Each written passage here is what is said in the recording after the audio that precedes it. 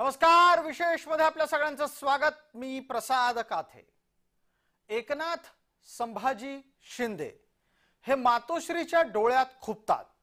त्यातच याच एकनाथ शिंदेंचा सत्कार शरद पवारांच्या हातून झालाय. राजकारणातली ही घटना ठाकरेंना दुखावून गेली आहे. पण त्याहीपेक्षा महत्त्वाचं म्हणजे शरद पवार असं का वागले असतील. नवियातल्या या गेल्या काही दिवसांपासून ज्या कुरबुरी सुरू होत्या त्या आज ठळकपणे समोर आल्या आहेत. त्या शरद पवारांच्या एका गुगलीमुळे. त्यात ठाकरेंच्या पाठीशी मवियात कुणीच दिसत नाहीये. यावरच आजचं विशेष वार्तापत्र. महाराष्ट्र सदनामध्ये मंगळवारी 11 जानेवारीला शिंदेंना महादजी शिंदे राष्ट्र गौरव पुरस्कार देण्यात आला. त्याची ही दृश्य आहेत. हा पुरस्कार दिला जात असताना तिथे काय वातावरण होतं तेही लक्षात घ्या. हा पुरस्कार शिंदेंना मिळणार हे ठरल्यानंतर त्या दिवशी अख्खी शिवसेना नवी दिल्लीत होती.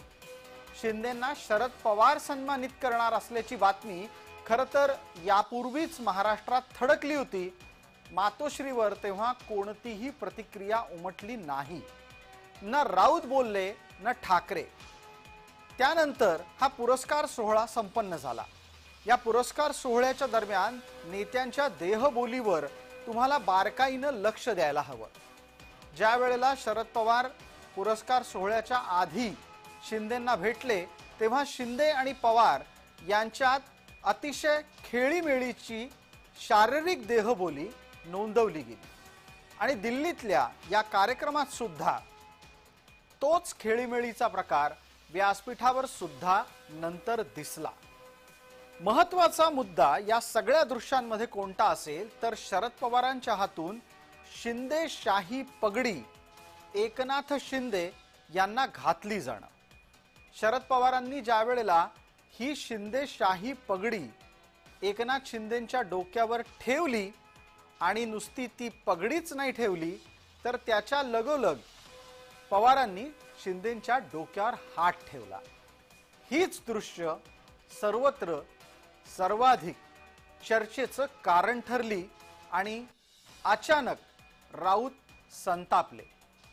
पण केवळ आणि केवळ पवारांनी शिंदेंच्या डोक्यावर हात ठेवलाय हे पाहून राऊत संतापलेले नाहीयेत. राऊतांच्या संतापाला पारावार उरला का नाही ते आता जाणून घ्या. उद्धव ठाकरे सध्या दोलायमान स्थितीत आहेत. सत्ता नसताना संघटना टिकवण्याचं आव्हान उद्धव यांच्या समोर आहे. संघटनेला सर्वात जास्त भीती या क्षणाला भाजपापेक्षा एकनाथ शिंदे यांच्याकडून आहे. त्याचं कारणही लक्षात घ्या. केंद्रात आणि राज्यात उद्धव ठाकरेंना 2029 पर्यंत विरोधातच बसायचंय. पर्यायानं ठाकरेंना आपले सगळे लोक सांभाळणं अवघड असणार आहे. त्यातच हक्काचा मराठी आणि हिंदू मतदार हा आता उद्धव ठाकरेंपासून दुरावलाय. ठाकरेंच्या गटाचं नेतृत्व पुढच्या पिढीच्या हातात गेलंय. संघटनेचे आर्थिक स्रोत कमी होत चाललेले आहेत. मुंबई महानगरपालिका पुन्हा आपल्याला जिंकता येईल का याची ठाकरेंना खात्री नाही. इतकंच काय तर शिलेदारांना आता स्वतःच्या भवितव्याची चिंता सतावायला लागली आहे हे सुद्धा ठाकरे ओळखून आहेत. आणि म्हणूनच केंद्रात आणि राज्यात 2029 पर्यंत काय करायचं हा प्रश्न ठाकरेंच्या शिलेदारांना आणि ठाकरेंनाही पडलाय. ये अंदर की बात है. संजय राऊत महायुति के साथ है असं वातावरण असं वाटावं असं ते स्वतः निर्माण करतात. महाभारतामध्ये कर्णाचा पराभव होण्याचं कारण शल्य होता. त्याचा जो रथ चालक होता. मला वाटतं की उद्धव बाळासाहेब ठाकरे यांच्या शिवसेनेला संपवण्याचा विळात उचललाय. शिंदे साहब का जो सत्कार किया उसके बारे में इन्होंने ऑब्जेक्शन लिए. ये कौन है? पवार साहब क्या करे क्या करना नहीं चाहिए ये उद्धव ठाकरे सुनेंगे क्योंकि वो उनके ऊपर डिपेंड है. लेकिन पवार साहब इनको नहीं पूछेंगे ना. आज हमारी मीटिंग थी. पवार साहब ने अनुलेख से उसका ये बातें टाल दी। हमारे मराठी में कहते हैं अनुलेखाने टाळलं। पवार साहब ने उसके ऊपर ध्यान भी नहीं दिया। संजय राउत क्या कहते हैं, उनका क्या कहना है। जे नरेश म्हस्केंनी सांगितलं ते लक्षात घेण्यासारखं आहे। इतका सगळा गदारोळ घडत असताना उदय सामंत आणि नरेश म्हस्के नेमके शरद पवारांना साहित्य संमेलनाच्या नियोजनाच्या निमित्तानं भेटायला गेले। त्या बैठकीत काय म्हणाले राऊत यावर पवारांनी चकार शब्द सुद्धा काढला नाही। ठाकरेंच्या समोर ही आव्हानं आहेत आणि ही आव्हानं असतानाच ज्या निमित्तानं सगळा वाद जन्माला आला त्यात पवार असं वेगळं काय वागून बोलून गेले ते पहा। मला आनंद आहे की आज महाराष्ट्राचं नेतृत्व करायची संधी त्यांना मिळाली आणि नुसतं महाराष्ट्राचं नेतृत्व केलं असं नाही, वेगवेगळ्या क्षेत्रामध्ये महाराष्ट्र पुढे कसं जाईल या प्रकारची काळजी त्यांनी घेतली। ठाणे, नवी मुंबई, मुंबई हा सगळा नागरी भाग आहे आणि अलीकडच्या 50 वर्षामध्ये नागरी प्रश्नाच्या संबंधी जाण असलेला नेता कोण याची जर माहिती घेतली तर कटाक्षानं एकनाथ शिंदेचं नाव द्यावं लागेल। आता जे पवार बोलले त्यातल्या काही गोष्टी ज्याला बिटवीन द लाईन्स म्हणतात ते लक्षात घ्यायला हवं। पहिल्यांदा तर पवार स्वतः केलेल्या मुख्यमंत्र्यापेक्षा दुसऱ्याच्या लादलेल्या मुख्यमंत्र्याचं कौतुक करतायत। म्हणजे उद्धव ठाकरेंना पवारांनी मुख्यमंत्री केलं पण त्यांच्यापेक्षा शिंदे अधिक चांगले आहेत असं सांगून पवार मोकळे झाले। इतकंच नाही तर नागरी भागात, आणि तो सुद्धा कुठला नागरी भाग तर मुंबई महानगर परिक्षेत्रातला, म्हणजे मुंबई ठाणे आणि पालघर क्षेत्र जे शिवसेनेचं बलस्थान आहे तिथे एकनाथ शिंदे अधिक संयुक्तिक आहेत हे पवार सांगतायत। पवारांची ही गुगली ठाकरेंना खुपली आहे। त्यांची जी काही राजकारणाची पद्धत आहे ती खूप म्हणजे असं काही झालं की खुपणारीच आहे। एकनाथ शिंदेना अजूनही ते गद्दार असंच म्हणता आहेत। ते ज्याला आपण एक राजकारणामध्ये अनेक गोष्टी होतात त्या आपण समजून घेतल्या पाहिजेत आणि जसं राजकारण सद्यस्थितीत आहे तसं पुढे गेलं पाहिजे। हा जो काही पवारांचा दृष्टिकोन आहे, ती भूमिका, तो दृष्टिकोन, तो विचार शिवसेनेकडे नाही, ते आजही भावनेच्या बळावरती मी मगाशी म्हटलं तसं, आणि जो आपल्याला सोडून गेला तो गद्दारच आहे अशी त्यांची भूमिका आहे। त्यामुळे त्यांना ते निश्चितपणे खुपणार आहे। आणि शरद पवारांनी हे उद्धव ठाकरेंना खूप म्हणजे वाईट वाटावं यासाठी केले असं मला वाटत नाही। चांगल्याला चांगलं म्हणणं, कारण त्या कार्यक्रमाचं ते ज्याचा पुरस्कार आहे त्याचं कौतुक करणं साहजिक आहे। त्याच्यात याला खुपले त्याला वाईट वाटलं असं वाटण्याचं काही कारण नाही आहे। पवारांच्या वक्तव्यामुळे ऐन लढाईच्या वेळेला सरसेनापतीच गायब झाल्याची भावना ठाकरेंच्या मनात निश्चित आली असावी। मविया शरद पवारांनी स्थापन केली, ठाकरेंना भाजपाकडून तोडून आणत पवारांनी सत्तेत बसवलं। मग आत्ताच असं काय घडावं की शिंदे हे शहरी महाराष्ट्राच्या राजकारणातले प्रभावी नेता आहेत असं प्रमाणपत्र शरद पवारांनी द्यावं। पवार ठाकरेंवर नाराज झाले आहेत त्याची कारणं ही आजची नाहीयेत। मुख्यमंत्री झाल्यानंतर ठाकरेंनी पवारांवर वरचढ होण्याचा प्रयत्न अनेकदा केला। पवारांनी उद्धव ठाकरेंना भेटून सांगितलं होतं की मुख्यमंत्री पदाचा राजीनामा देऊ नका, पण ते उद्धव ठाकरेंनी ऐकलं नाही। विधानसभा निवडणुकीच्या साठी मुख्यमंत्री पदाचा चेहरा निवडा आणि तो सुद्धा खास करून आपणच असावं असा आग्रह उद्धव ठाकरेंनी पवारांकडे आणि मवियात धरला। मवियात सर्वात मोठा पक्ष म्हणून भले पराभव का होईना पण निवडून आल्याच्या नंतर ठाकरे यांनी बारामतीशी संवाद कमी केलेला आहे। या दरम्यान अदानी समूहाच्या विरोधात ठाकरेंनी भूमिका घेतली आहे आणि पवारांची नाराजी ओढावून घेतली आहे। मुंबई महानगरपालिकेमध्ये स्वबळावर लढण्याचा निर्णय त्यांनी मवियात परस्पर घेऊन टाकलाय। एक एकनाथ शिंदेच्या बरोबर दिल्लीला जेव्हा डायस शेअर करत आहेत तेव्हा नॅचरली संजय राऊत आणि संजय राऊतांचे नेते करते करविते उद्धव ठाकरे शिवसेना पक्षप्रमुख यांना सुद्धा एक प्रकारे भीती वाटणं साहजिक आहे की आता आपल्यावरही काय नवीन गुगली येऊ शकते का, आपल्याला मवियातून बाहेर तर पडायला लागणार नाही, आपल्याला काही बदल करायला लागेल का. एक प्रकारे पवारांची पुढची चाल काय असेल यामुळे शिवसेनेच्या ठाकरे गटाच्या नेत्यांमध्ये फार मोठ्या प्रमाणात धुकधुक निर्माण झालेली आहे. एकीकडे पवार आणि ठाकरे यांच्यात दुरावा निर्माण होत असताना ठाकरे मात्र फडणवीस यांच्याशी घसट वाढवत होते. जी दृश्य आता तुमच्या डोळ्यासमोर आहे ती स्वाभाविक आहे, शरद पवारांनी नक्कीच पाहिली असणार आणि पवारांना हे अजिबात पटलेलं दिसत नाहीये. त्याचं कारणही स्पष्ट आहे. जर समजा उद्धव ठाकरे हे मवियात असताना फडणवीसांच्या भेटीनिमित्तानं मवियातल्या इतर घटक पक्षांना हा संकेत देत असतील की ठाकरेंकडे पर्याय खुले आहेत, तर पवारांनी सुद्धा याच संदर्भात संकेत दिला असू शकतो की त्यांचे सुद्धा पर्याय खुले आहेत.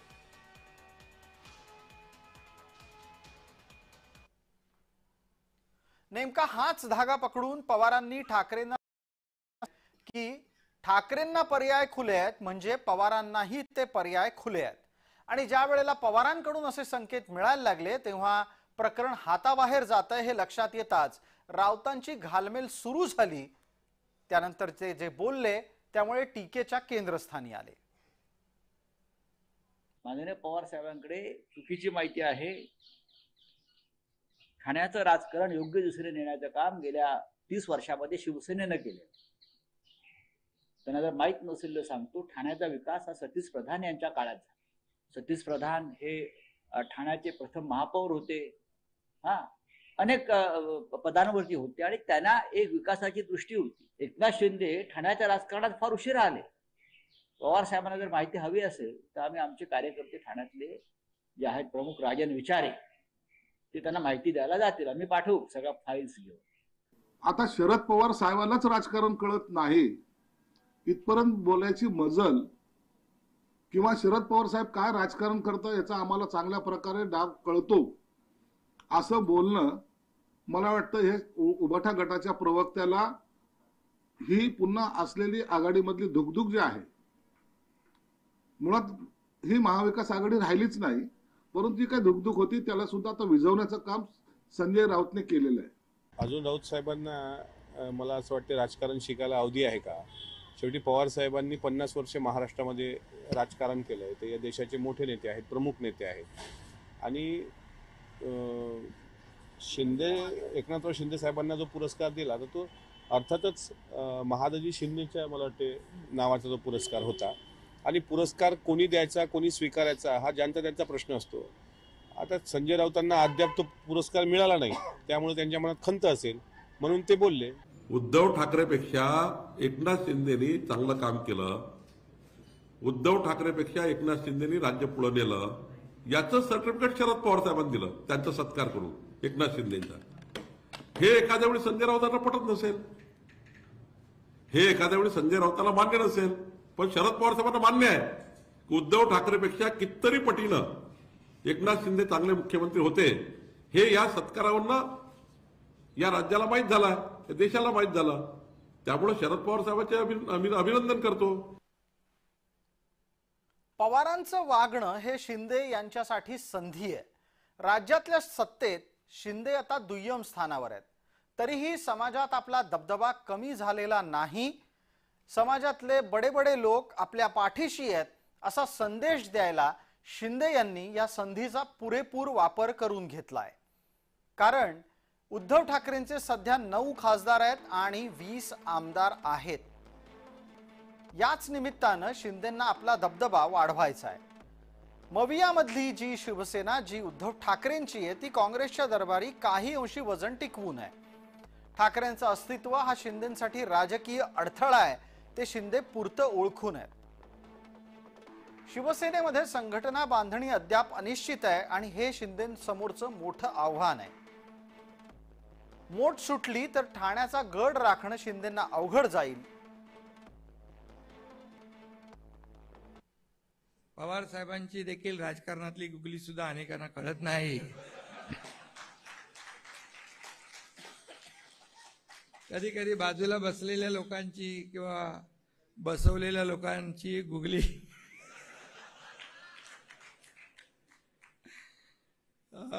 पण माझ्याबद्दल थोडं मी वेगळं सांगतो. माझे आणि पवार साहेबांचे अगदी प्रेमाचे आणि जिव्हाळ्याचे संबंध आहेत. त्यांनी आजवर मला कधी गुगली टाकली नाही आणि यापुढे टाकणार नाहीत असा विश्वास आहे. इतकं सगळं मवियामध्ये घडत असल्यानं त्याचा स्वाभाविक परिणाम आघाडीच्या अस्तित्वावर नक्कीच होणार आहे. एकीकडे शरद पवारांची नाराजी उद्धव यांनी ओढावून घेतली असताना काँग्रेस सोबतही ठाकरेंचे संबंध सलोख्याचे राहिलेले नाहीत हे लक्षात घ्यायला हवं. आणि म्हणूनच प्रश्न उपस्थित होतोय की आता ठाकरे आणि गांधी यांच्यातला सलोखाही संपलाय की काय. ठाकरे राज्यामध्ये काँग्रेसच्या नेतृत्वाला मोजतच नाहीत. म्हणजे राज्य काँग्रेसचे अध्यक्ष हे ठाकरेंच्या लेखी शून्य अस्तित्व असलेली व्यक्ती आहे. बोलेन तर फक्त राहुल गांधींची ही उद्धव यांची कायमच भूमिका राहिली आहे आणि त्यामुळे राज्यातले काँग्रेसचे नेते दुखावलेलेच असतात. नुकत्याच झालेल्या दिल्ली निवडणुकीमध्ये गांधी आणि केजरीवाल यांच्यात संघर्ष झाला. त्यात विनाकारण उद्धव ठाकरेंनी उडी घेतली आणि ते नुसती उडी घेऊन थांबले नाहीत, तर उद्धव यांनी केजरीवाल यांच्यावर काँग्रेसनं टीकेची धार कमी करावी असा सल्ला न मागता राहुल यांना दिला. ही सूत्रांची पण जबाबदार व्यक्तींची माहिती आहे. आणि ठाकरे यांच्यामुळे राहुल कमालीचे दुखावले गेलेले आहेत. आघाड्या जपण्याची जबाबदारी ही काही फक्त काँग्रेसची नाही अशी स्पष्ट भूमिका आता राहुल यांनी घेतली आहे आणि तशी भूमिका त्यांनी आपल्या नेत्यांना कळवली सुद्धा आहे. काँग्रेसच्या भूमिकेमुळे राज्यात ठाकरे एकटे पडण्याच्या स्थितीत आहेत. कारण एका बाजूला पवार नाराज आहेत आणि दुसऱ्या बाजूला काँग्रेस त्यांच्यापासून दुरावली आहे. आणि हेच जर अधिक पुढे झालं तर मवियामध्ये ठाकरे गट एकाकी पडलेला आपल्याला दिसेल. उद्धव ठाकरेंच्याकडे जर आता बघितलं तर आमदार कमी आहेत. त्यांचे नेते सुद्धा काही म्हणजे भाजप आणि शिंदे गटाच्या संपर्कात आहेत. आजच राजन साळवी सुद्धा म्हणजे त्यांना सोडून गेले आहेत शिंदे गटामध्ये. अशा सगळ्या परिस्थितीमध्ये त्यांनी किमान हे करावं म्हणजे आपल्या महाविकास आघाडीचा सोबत राहावं किंवा महाविकास आघाडीतून बाहेर पडण्याचा काय प्रयत्न करू नये. त्यामुळं तसा एक दबाव तंत्र त्यांचं शरद पवारांचं असावं असं मला वाटतंय. अजून एक चर्चा सुरू झाली ते म्हणजे उद्धव ठाकरेंनी आपल्या कार्यपद्धतीत बदल करावा का. असं आहे की उद्धव ठाकरेंना थोडंसं ओपन अप होणं आवश्यक आहे. याचं कारण उद्धव ठाकरेंनी एक लक्षात घेतलं पाहिजे की किती झालं तरी ते बाळासाहेब बनू शकत नाही. बाळासाहेब एक आपल्या मातोश्रीच्या बाहेर न पडता आपला कंट्रोल ठेवू शकायचे.